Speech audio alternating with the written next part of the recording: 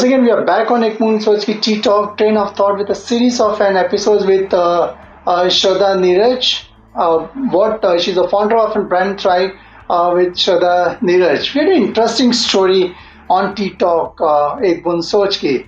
In our first episode, we have seen like how in CFO couple of times she made an attempt to clear that, and there were the challenges as the corporate life is also concerned. And then how she changed the gear to the power of gratitude. We are going to take up a corporate journey in this episode. And welcome back to Tea Talk Boond Soch ki. Now, in fact, as for the corporate journey which is concerned, after completing your CFA, you got entry into a K.R.Choksey associate. So can you please share and explain with our target audience? First thing, normally if you see the finance students, they are more confused what they need to do, whether they need to go to investment banking or into treasury or different field which are there. But in your case, you were very clear with an equity or research associate. So can you please share your experience with the target audience? So when I started to, like I mentioned in the last episode, that I was looking for something to pick up in the field of finance. And while I chose CFA, I also started to evaluate what are the alternatives as a career option that I can choose once I finish my CFA. Of which I knew one thing that I wanted to deal with, or maybe get more exposure into, was talk to large corporates, read their balance sheets, read their profit and loss account, maybe find out more about how the business runs and what is their growth prospects after next few years.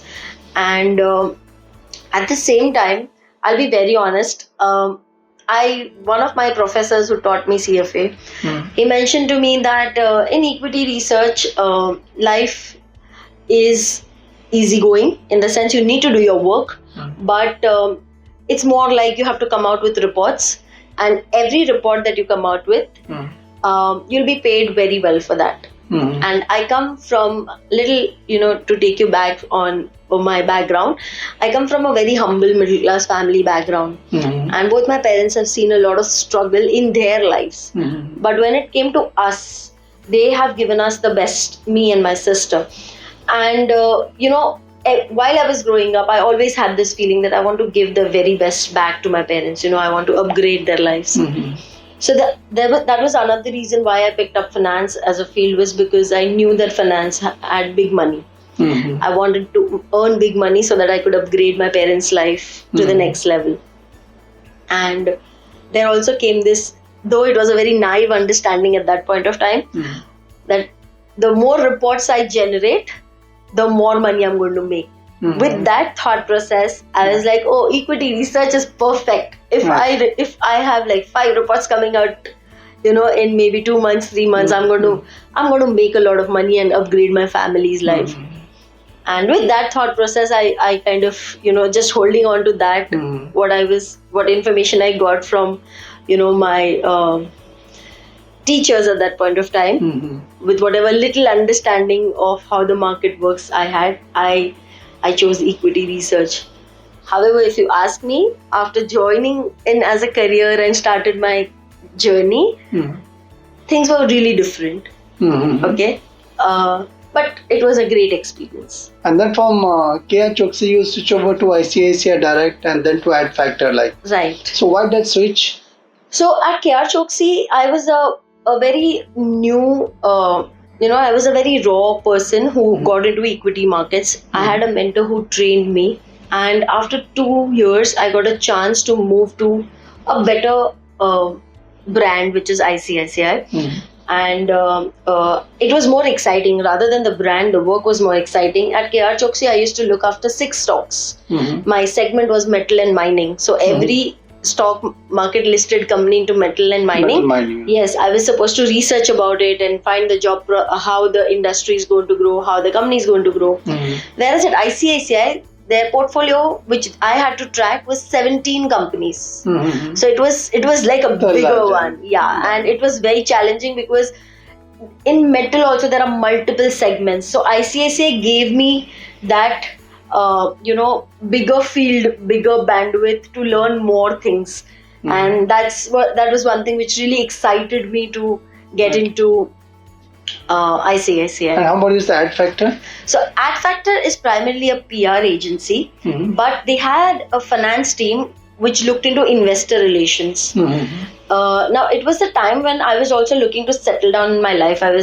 Marriage was on my cards, and ICICI was great, but because I had 17 companies to look at, work pressure was tremendous, and it took a lot of my time. So I had to take a very conscious decision that do I really want to, get into this kind of work profile with my new life that I was starting, post marriage. And that's where I chose to move into investor relations, where work would not be as demanding as what it was at ICICI. So I moved there into investor relations. There also I was handling around 8 odd companies, and work was great. It gave me a lot of insights on how media also work, because it's a PR agency primarily.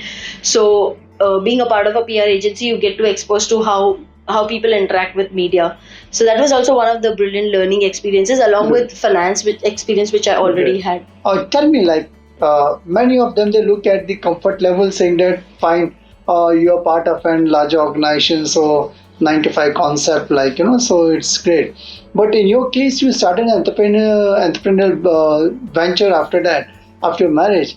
And how come that step which you've taken, leaving that comfort job which was there, what made you do that? So I started as a side hustle, along with my last job at Adfactors. I started off, the venture was with a close friend, ex-colleague. We both, even he's a Gujarati, and we both were very keen on finding out ways and opportunities to grow big in life, to make more money, to help more people. And that's when, he approached me and he said that, Shraddha, this is an amazing venture. If you would like to participate, I'm looking for somebody who's like-minded. And that's when I kind of sat back with my husband, and we kind of had this discussion where, considering the age, I was 29 then, we had limited liabilities and age on our side.